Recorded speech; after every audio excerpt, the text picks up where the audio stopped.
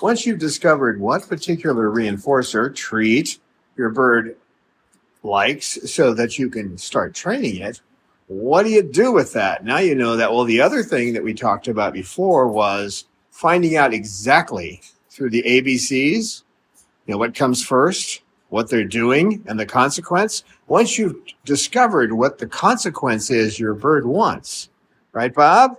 Once you've discovered that consequence, then one of the things you can do is start using positive reinforcement. If they're trying to chew your curtains, you can give them something else to chew on as a reinforcer, at the same time giving them a treat. That's one thing you can do. We often hear about positive reinforcement. It's something that's quite frequently discussed. But the thing about positive reinforcement, it's not the only tool in the bag. How about negative reinforcement? Okay, your bird, I'll use an example of a child. A child walks up and puts his hand on the stove and gets burned. You don't keep the hand there, right? You yank the child away from the stove.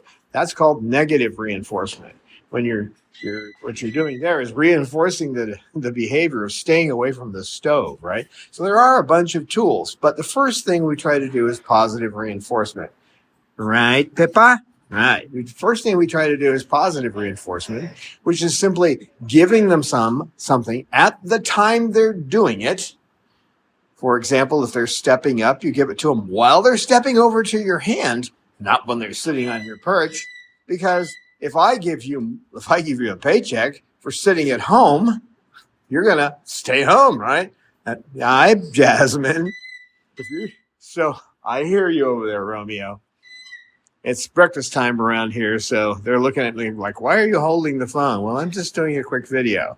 So try to think of the ways, once you see what the behavior is and you know what they want to do, okay, bird's going to eat the curtain again. Once you know that, well, then you find something that can replace it, such as giving them a cloth to chew on or something like that. And at the same time, you reward them for doing that behavior. You can't just take the behavior away. So say good morning to the birds. That's the video for today, and thank you very much for watching.